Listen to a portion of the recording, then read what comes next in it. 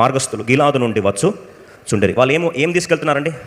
మస్తకి, గుగ్గిలము, బోలము. వారు వస్తువుగా తీసుకుంటే వస్తువునే కొనుక్కోవాలి, కానీ ఇక్కడ ఎవరిని కొంటున్నారు? మనిషిని కొంటున్నారు. దోతాన్ అనుభవంలో వస్తువు నీచంగా చూడబడిన ప్రాంతం ఏది అంటే Dothan. Places where you are ill treated. నాకు విలువ లేదండి ఈ ప్రాంతంలో అంటున్నావా? మనుషులు నా విలువను పాడు చేస్తారంటున్నావా? ఆ ప్రాంతమే దేవుని వాగ్దానం నెరవేరే రాజబాటల. Places where you are put down, where your value is totally snubbed. వాళ్ళు అదే టైంకి ఎందుకు రావాలి? రెండోది, వారు ఐగుప్తుకి ఎందుకు పోవాలి? ఇంకో దేశానికి పోవచ్చు కదా. మూడోది, అదే రూట్లు ఎందుకు పోవాలి? ఇంకో రూట్ ఎంపిక చేసుకోవచ్చు కదా. మీరు అనొచ్చు ఇదంతా విధి అండి. కాదు. పాయింట్కి వస్తున్నాం. ఇవన్నీ కూడా కళ నెరవేరడానికి పీడకల మార్గంగా ఏర్పరచుకున్నాడు దేవుడు.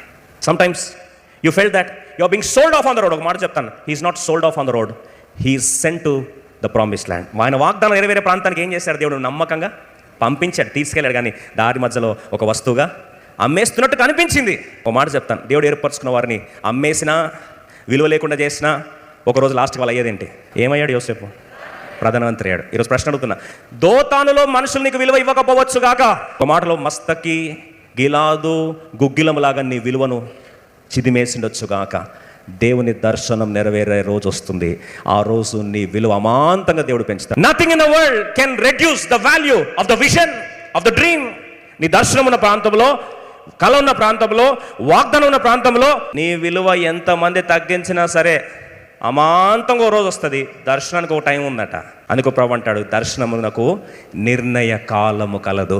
ఆ నిర్ణయ కాలంలో ఎంత వాల్యూ తగ్గించినా అమాంతంగా లిఫ్ట్ లేపినట్టు లేపుతాడు దేవుడు.